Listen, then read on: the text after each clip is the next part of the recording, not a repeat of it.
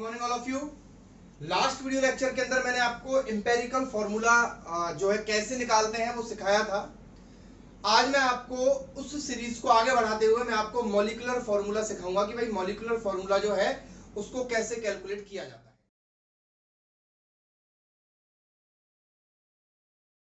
I think आपको empirical formula बहुत अच्छे से समझ में आ गया होगा। ठीक है, अब अपन आगे बढ़ते हैं अपने मॉलिक्यूलर फॉर्मूले की तरफ कि अपन कोई भी मॉलिक्यूलर फॉर्मूला जो है उसको अपन कैसे कैलकुलेट करते हैं। तो उसके लिए आपको सामने क्वेश्चन दिख रहा है, में लिखा हुआ है the molecular mass of compound is 78। पहली बात, जब भी आपको मॉलिक्यूलर फॉर्मूला निकलवाया जाएगा हर बार आपको एक उसका मास जरूर देगा। जैसे यहां पर इसका जो मॉलिक्यूलर मास है वो कितना दिया हुआ है, 78 दिया हुआ है। क्लियर है। and percentage composition is 92.4% and 7.6% hydrogen, 92.4% carbon and 7.6% hydrogen. determine molecular formula. Clear है, इसमें आपको molecular formula जो है वो कैलकुलेट करना पड़ेगा। तो अब आप देखिए कि सबसे पहली कंडीशन तो ये कि परसेंटेज कंपोजिशन दिया हुआ है, ये जरूरी है।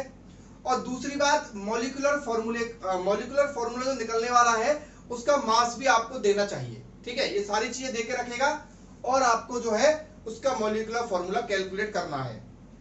तो पहली स्टेप मॉलिक्यूलर फॉर्मूला कैलकुलेट करने के लिए आपको क्या करनी है कि आपको सबसे पहले उसका एम्पेरिकल फॉर्मूला निकालना है। एम्पेरिकल फॉर्मूला कैसे निकालते हैं लास्ट वीडियो लेक्चर में मैंने आपको समझाया हुआ है, और जिन बच्चों को फिर भी थोड़ा सा डाउट था तो उनका यहां आज क्लियर हो जाएगा। तो मैं पहले आपको एम्पेरिकल फॉर्मूला निकाल रहा हूं, फिर उसके बाद में मॉलिक्यूलर फॉर्मूला कैसे निकालते हैं वो मैं आपको सिखाऊंगा। ठीक है, तो अपन स्टार्ट करते हैं एम्पेरिकल फॉर्मूला कैसे निकालना है। तो सबसे पहले क्या करते हैं, एम्पेरिकल फॉर्मूला निकालने के लिए एक टेबल बनाते हैं। यहां एलिमेंट लिखेंगे। क्लियर, एलिमेंट, ये क्वेश्चन मैंने लास्ट लेक्चर के अंदर भी करवाया था। यहां पर परसेंटेज लिखेंगे, फिर भी समझ लीजिए आप लोग। क्लियर, तो एम्पेरिकल फॉर्मूले में एक तो कार्बन दिया हुआ है, हाइड्रोजन दिया हुआ है। कार्बन की परसेंटेज दी हुई है 92.4% और इसकी दी हुई है 7.6%। क्लियर, परसेंटेज कंपोजिशन के बाद आपको लिखना है इसका यहाँ पर मास, इसका 12 है और इसका 1 है। उसके बाद आपको क्या लिखना है, रेशो लिखना होता है, यानी कि मोल्स निकालने पड़ते हैं। तो सबसे पहले मैं निकालूंगा इसके मोल्स।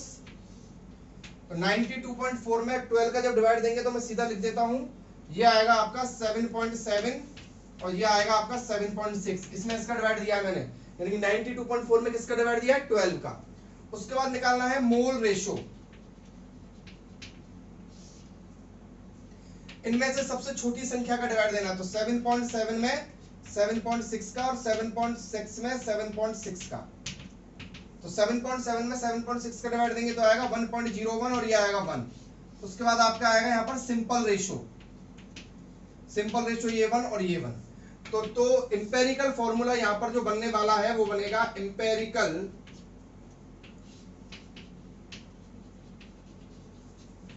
जो बनेगा वो बनेगा CH।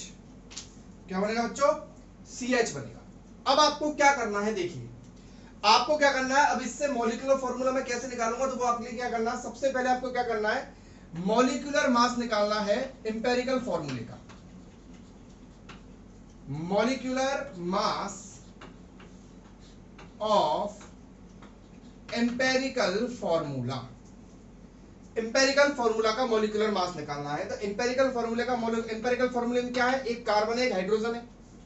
तो कार्बन कितना 12, हाइड्रोजन कितना 1, तो ये हो गया 30। क्लियर, फिर आपको क्या करना है कि जो आपको मॉलिक्यूलर मास दिया हुआ है कंपाउंड का, ठीक है, यानी आपको क्या करना है, molecular mass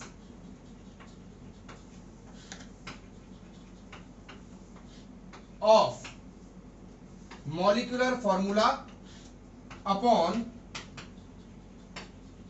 molecular mass of empirical formula कर देना है। तो molecular mass of molecular formula कितना दे रखा है, 78। यहां से निकलेगा n 78 और नीचे ये आएगा molecular mass of empirical formula 13। समझिए क्या करना है, इंपेरिकल फॉर्मूला निकालना है, उसका मॉलिक्यूलर मास निकाल लेना है। फिर मॉलिक्यूलर फॉर्मूले का मॉलिक्यूलर मास आपको दिया हुआ 78, तो 78 में इंपेरिकल फॉर्मूले के मॉलिक्यूलर मास का क्या कर देना है, डिवाइड कर देना है। तो ये डिवाइड करने पर आएगा हमेशा 6 7 8 2 1 3, यानी कि हमेशा इंटीजर आएगा। कभी भी रेशनल नंबर या फिर कोई अपन बोला फ्रैक्शन नंबर कभी भी नहीं आएगा, ध्यान रखना ये हमेशा इंटीजर आएगा। 6 आया, फिर आपको क्या करना है अगली स्टेप में कि आपका एम्पेरिकल फॉर्मूला क्या निकला था, आपको करना है n इंटू एम्पेरिकल फॉर्मूला। तो 6 इंटू एम्पेरिकल फॉर्मूला, तो 6 कैसे मल्टीप्लाई करेंगे तो क्या हो जाएगा C6H6। तो यानी कि जिसका परसेंटेज कंपोजिशन ये दिया हुआ था और जिसका मास 78 था उसका मॉलिक्यूलर फॉर्मूला क्या है C6H6, और इसको अपन बच्चों क्या बोलते हैं पता है ना, बेंजीन है। क्लियर? तो ये अपना क्वेश्चन हुआ। ओके, नेक्स्ट क्वेश्चन है 54.3% carbon, 9.0% hydrogen and 36.7% oxygen, calculate its molecular formula, molecular mass 88 AMU है।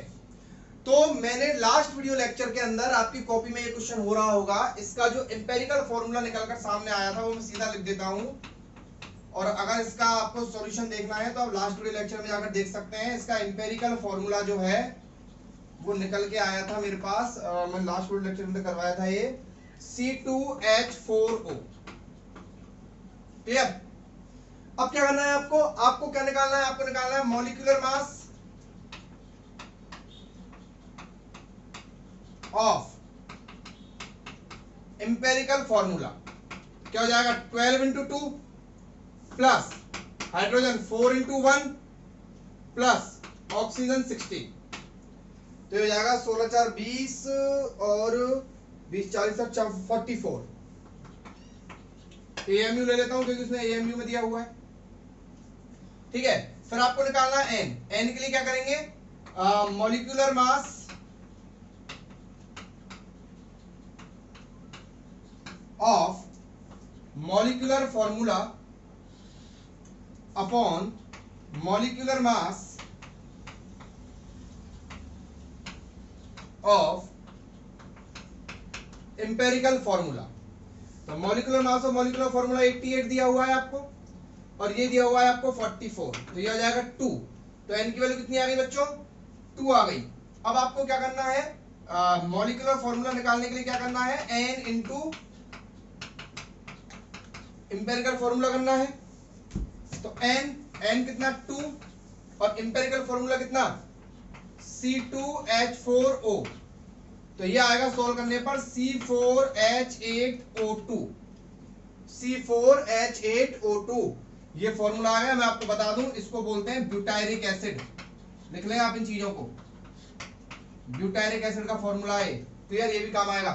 तो इस तरीके से अपन मॉलिक्यूलर फॉर्मूला निकालना सीखे कि भाई मॉलिक्यूलर फॉर्मूला जो है वो कैसे निकाला जाता है। तो चलिए एक क्वेश्चन और लेते हैं अपन। AIPM की 2004 के अंदर एक क्वेश्चन आया हुआ है, देखिएगा कितना आसान है। जो पैटर्न अपन सीख रहे हैं उसी पैटर्न से अगर अपन करेंगे तो विद इन 1 मिनट के अंदर अंदर एक क्वेश्चन जो हो जाएगा, अगर आपकी कैलकुलेशन स्पीड अच्छी है तो देखिए क्या है इसके अंदर। अ कंपाउंड कंटेन्स 4 सबसे ज्यादा एम्पेरिकल फॉर्मूला निकालना पड़ेगा, आप सबको पता है। तो मैं एम्पेरिकल फॉर्मूले के लिए छोटे छोटे ब्रैकेट्स बना लेता हूं, इसमें एलिमेंट्स लिख लेता हूं, इसमें परसेंटेज लिख लेता हूं, इसमें मास लिख देता हूं, इसमें मोल्स, इसमें आपके रेशो, और इसमें आपका सिंपल रेशो। ये छोटी सी टेबल बना दी मैंने। तो 3 अपने पास एलिमेंट यहाँ पर दिए हुए हैं। पहला एलिमेंट है आपके पास हाइड्रोजन, दूसरा कार्बन, और तीसरा है आपके पास क्लोरीन। ठीक है, हाइड्रोजन की परसेंटेज दे रखी है 4.07%। क्लियर? और इसकी दी हुई है आपकी 24.27, और इसकी दी हुई है आपकी 71.65%। इसका मास 1 होता है, इसका 12 होता है, इसका होता है 35.5। नहीं पता तो याद रखें कितना होता है 35.5। जब आप इसमें इसका डिवाइड दोगे तो ये तो 4.07 ही आएगा मोल्स निकालने के लिए। क्लियर? और आपका ये जो आपके आएगा ये आएगा 2.02, और ये भी आएगा 2.02। फिर आप जब इसका रेशो निकालोगे तो ये रेशो जो टोटल आएगा ये 1 आएगा, ये 1 आएगा, और ये 2 आएगा अप्रॉक्स। क्लियर है? तो सिंपल रेशो भी इसका ये 2:1:1 ही हो जाएगा। क्लियर है? तो अब आपके पास देखो कि यहाँ पर जो एम्पेरिकल फॉर्मूला निकलकर सामने आया है, आप कैलकुलेशन करना, ऐसा नहीं कि भाई सीधा आप इसमें देख के लिख दें। इंपेरिकल फॉर्मूला जो आपके पास आया है वो आया है आपके पास CH2Cl। देखिए आप C के सामने एक पहले मैंने C लिख दिया है, H2Cl, तो CH2Cl आया है। उसके बाद आप क्या करेंगे, इसका मॉलिक्यूलर मास निकालेंगे। इसका मॉलिक्यूलर मास इसका निकलेगा आपका 12 प्लस 2 इंटू 1 प्लस 35.5, तो ये हो जाएगा आपका अप्रोक्स 49.5। क्लियर है। अब निकालेंगे आप n निकालने के लिए क्या करना है आपको, 98.96 अपॉन 49.5 जब आप करेंगे तो ये अप्रोक्स 2 बार कट जाएगा। ठीक है, तो अब आपको क्या निकालना है, मॉलिक्यूलर फॉर्मूला। मॉलिक्यूलर फॉर्मूला निकालने के लिए आप क्या करेंगे, n इंटू और आपका मॉलिक्यूलर फॉर्मूला ये कितना था, CH2Cl, तो जब आप इसमें n की जगह किसका मल्टीप्लाई करेंगे, 2 का, तो ये हो जाएगा C2H4Cl2। आपका मॉलिक्यूलर फॉर्मूला यहाँ पर सामने आ जाएगा। तो कितना, देखो AIPMB 2004 का क्वेश्चन है, लेकिन अगर अपन मान लो स्टेप बाय स्टेप तरीके से चले ना तो इन क्वेश्चन को करना कोई बड़ी बात नहीं होगी। ओके, नेक्स्ट क्वेश्चन जो है वो IIT 2002 के अंदर आया हुआ है, और मैं बता रहा हूं आपको इस क्वेश्चन से आप इतना कुछ सीखने वाले हो। बहुत अपन बोले कि बहुत डिफरेंट क्वेश्चन जो है ना, उनमें से एक क्वेश्चन है ये। इस तरह के क्वेश्चन आपको एनसीईआरटी की बुक में या फिर किसी नॉर्मल जो 11th क्लास की बुक होती है उसमें आपको नहीं मिलेंगे। कंपटीशन की जो बुक्स हैं उनके अंदर आपको इस तरह के क्वेश्चन देखने के लिए मिलेंगे। Vitamin C is essential for prevention of scurvy. Scurvy एक डिजीज है, उससे प्रिवेंशन के लिए आपको विटामिन सी की जरूरत पड़ती है। विटामिन सी जो है उसमें कार्बन होता है, हाइड्रोजन होता है, ऑक्सीजन होता है, और भी बहुत सारी चीजें होती हैं।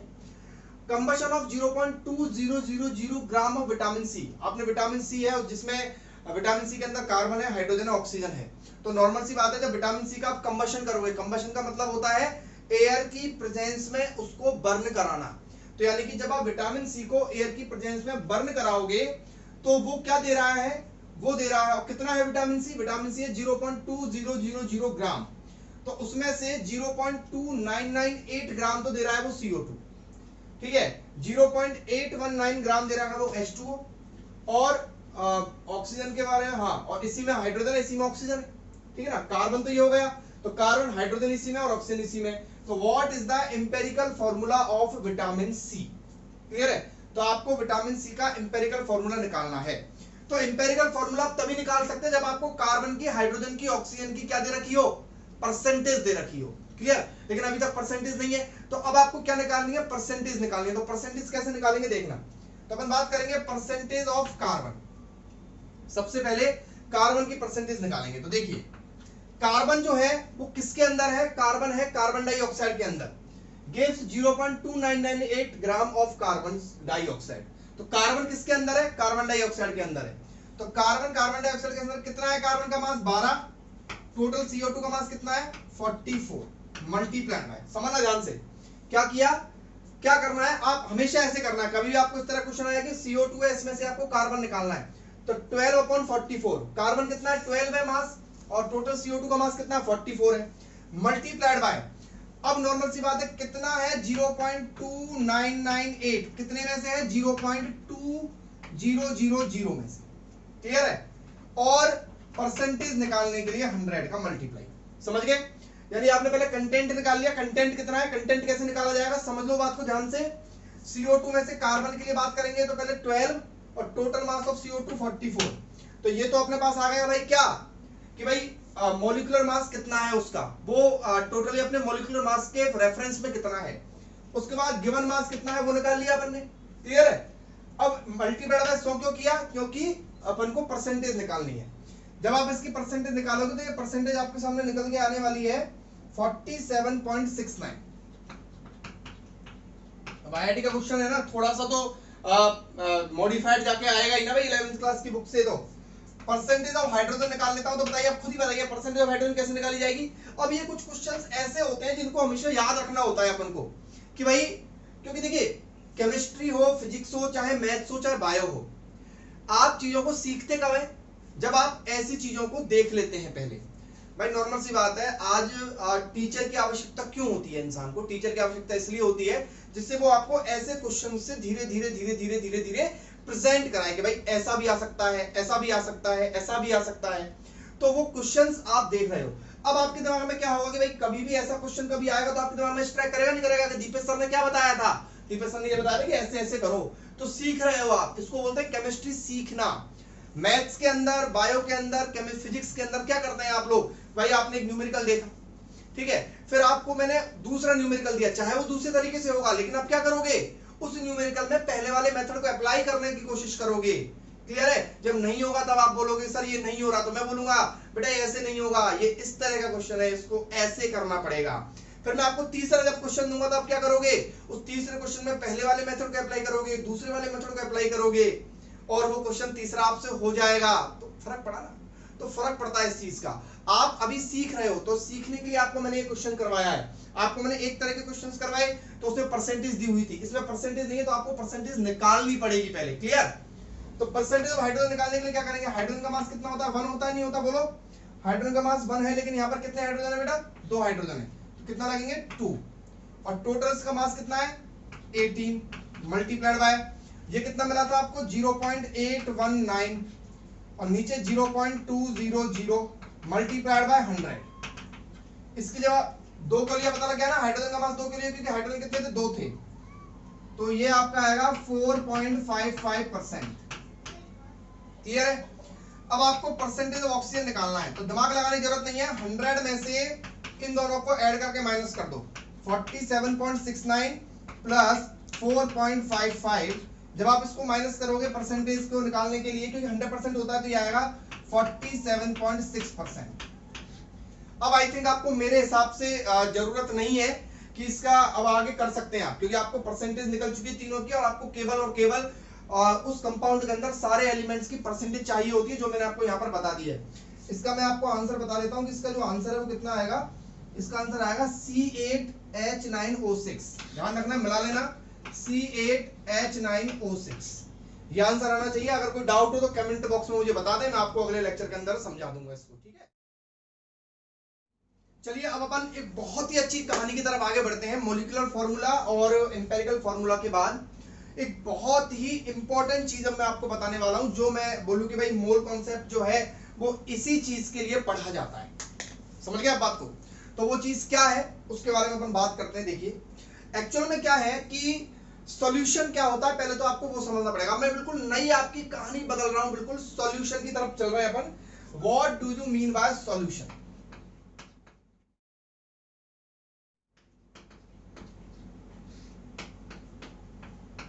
नाम सुना है आप लोगों ने सॉल्यूशन का? सॉल्यूशन क्या होता है?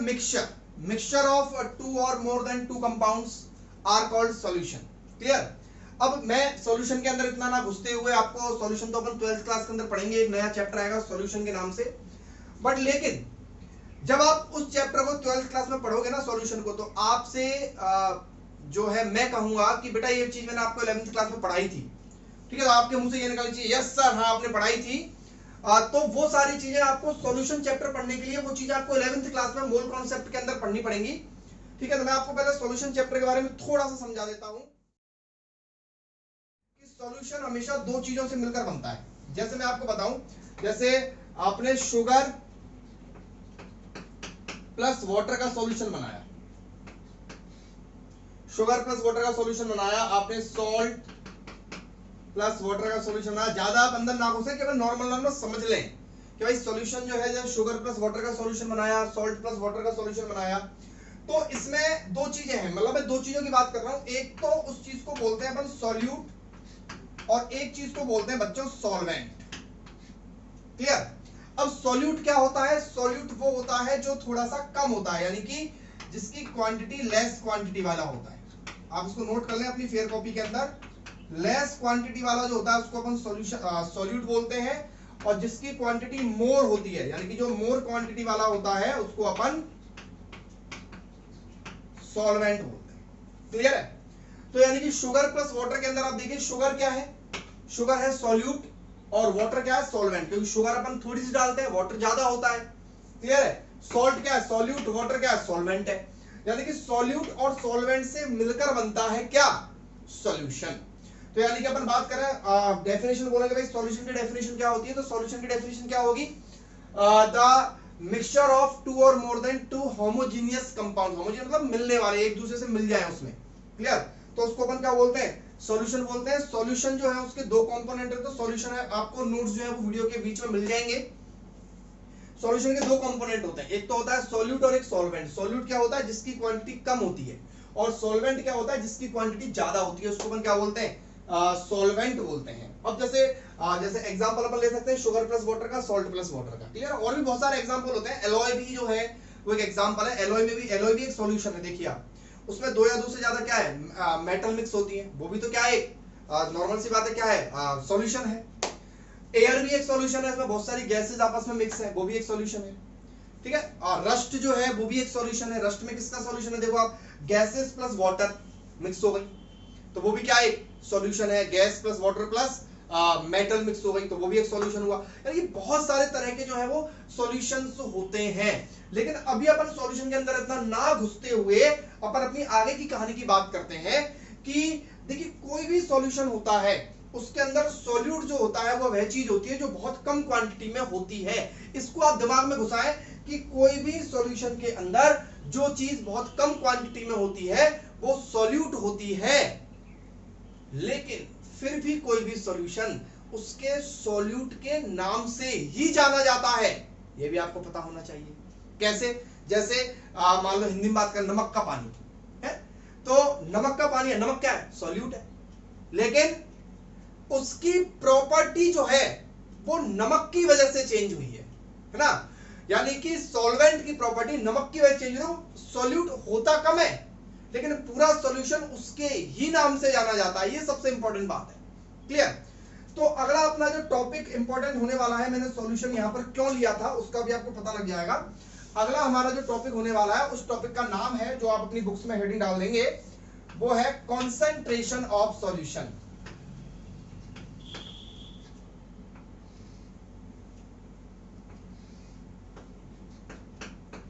Concentration of solution. और कॉन्सेंट्रेशन ऑफ सॉल्यूशन जो है इसको पढ़ने के लिए आपको बहुत सारी चीजें समझनी पड़ेंगी। जैसे कॉन्सेंट्रेशन ऑफ सॉल्यूशन पहले क्या होता है वो मैं आपको समझा दूं। देखिए किसी भी सॉल्यूशन के अंदर जो चीजें होती हैं, सिंपल सी बात है, आप एक एक चीज को स्टेप बाय स्टेप समझिए। दो चीजें होती हैं, एक सॉल्यूट एक सॉल्वेंट, ठीक है।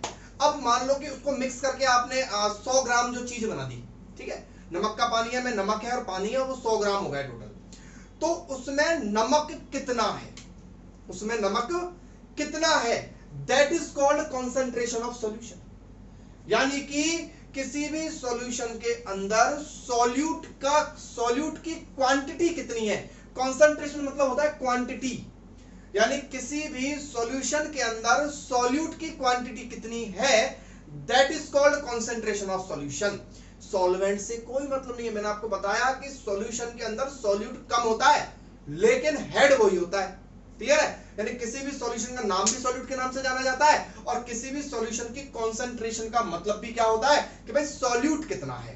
ध्यान रखें, किसी भी सॉल्यूशन की कॉन्सेंट्रेशन मतलब मात्रा, क्वांटिटी, किसी भी सॉल्यूशन की क्वांटिटी इस बात से पहचानी जाती है कि उसके अंदर सॉल्यूट कितना है, क्लियर है। तो किसी भी सॉल्यूशन की कॉन्सेंट्रेशन निकालने के लिए जो टर्म्स हमको पढ़नी है, वो टर्म्स कौन कौन सी है वो मैं आपको बता देता हूं।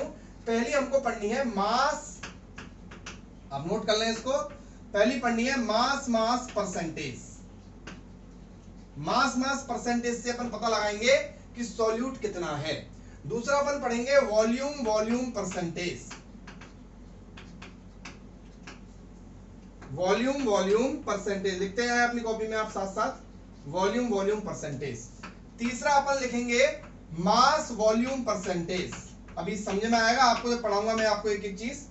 मास वॉल्यूम, ये मान लो कि आप इस चैप्टर के सबसे बीच वाले हिस्से में तैर रहे हो, आप तैरते समुद्र के बीच में आ चुके हो, और अब आपको तैरने का जो मजा है वो उसी बच्चे को आएगा जो बच्चा बहुत कंसंट्रेशन के साथ कॉन्सेंट्रेशन ऑफ सॉल्यूशन को पढ़ेगा, क्लियर। मास वॉल्यूम परसेंटेज के बाद आप पढ़ेंगे पीपीएम, पार्ट्स पर मिलियन। उसके बाद मैं आपको पढ़ाऊंगा मोल फ्रैक्शन, उसके बाद मैं आपको पढ़ाऊंगा मोलरिटी, उसके बाद में पढ़ाऊंगा आपको मोलैलिटी, उसके बाद अपन पढ़ेंगे नॉर्मेलिटी। ठीक है, मैं आपको बता रहा हूं इसके अलावा कुछ होता ही नहीं है। मैंने कॉन्सेंट्रेशन ऑफ सॉल्यूशन को निकालने के 8 तरीके होते हैं और 8 तरीके मैंने आपके सामने लिख दिए हैं। इनके अलावा आपको और कोई तरीका किसी भी बुक के अंदर, किसी भी कंपटीशन एग्जाम्स के अंदर नहीं मिलेगा। हम इनमें से एक एक चीज को बहुत डिटेल में स्टडी करने वाले हैं विद न्यूमेरिकल। क्लियर? तो mass percentage, volume percentage, mass volume percentage, ppm क्या होता है, मोल फ्रैक्शन क्या होता है, मोलरिटी, मोलैलिटी और नॉर्मेलिटी, इनके बारे में अपन डिटेल में पढ़ेंगे, लेकिन नेक्स्ट लेक्चर से पढ़ेंगे। तब तक आपको इंतजार करना पड़ेगा। आज के लेक्चर में जो चीजें मैंने आपको पढ़ाई थी उनके नोट्स आपको वीडियो लेक्चर के अंदर मिल चुके हैं। बहुत अच्छे से पढ़िए और अपना ध्यान रखिए। Thank you.